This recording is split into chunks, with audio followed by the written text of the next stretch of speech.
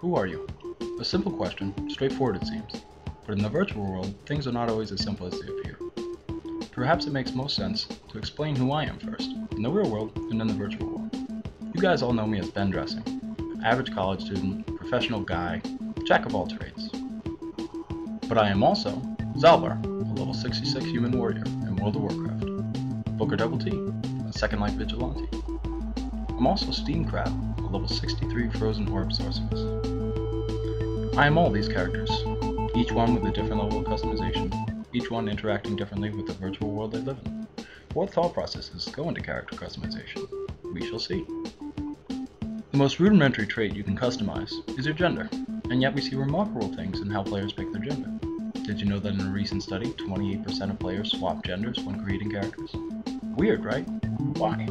I don't know. It could have to do with the male gaze that Mulvey talks about. Most female characters are scantily clad, extremely well endowed, and very skinny. For instance, this is a fully armored, high-level human warrior, and his female counterpart. It gets even worse. Ridiculous.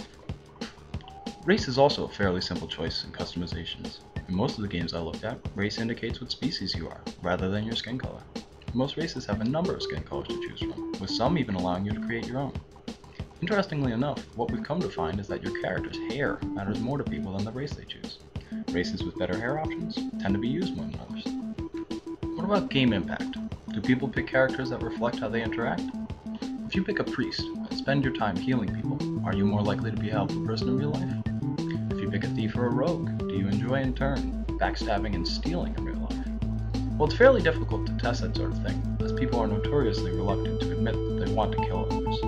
But what we do know is that people invest a lot in their characters and are attached to them, emotionally, to an extent.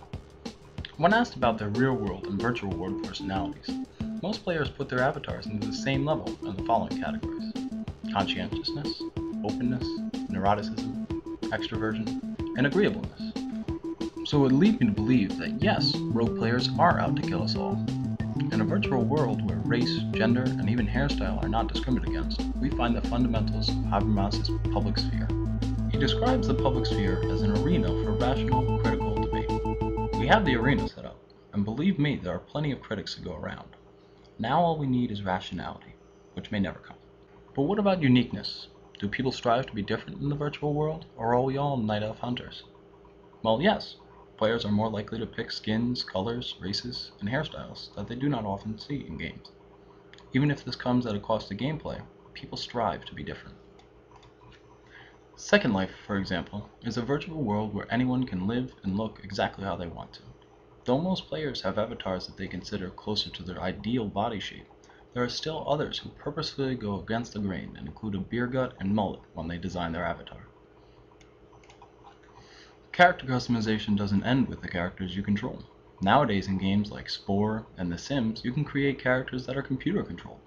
Your character can interact with these custom non-player characters, or NPCs. The next level is out-of-game characters. We can see examples of this with Nintendo's Mii's and Xbox Live's avatars. Character customization is expanding as we speak. Soon I'll be able to customize you. While Theodore Adorno cautions us not to fall into the passive allure of mass media, video games might encourage it. Rather than work out in a gym or build social networks, MMORPGs allow people to change those things on a whim. Don't lose faith though. Equipment like the Wii Balance Bar and others are adding a physical element to games, and it's only a matter of time until it comes into MMORPGs as well. Overall, what we can bring from the analysis of video game characters and how we create them is that, though we are getting close to a virtual utopia where expression is only limited by our imagination, we are still many steps away. Taking into consideration the ideas and predictions of our social theorists, we must take an active role in character customization as it becomes more important in our lives. The last thing we want is our decisions to be forced by mass media, our own sexism, or irrational thinking.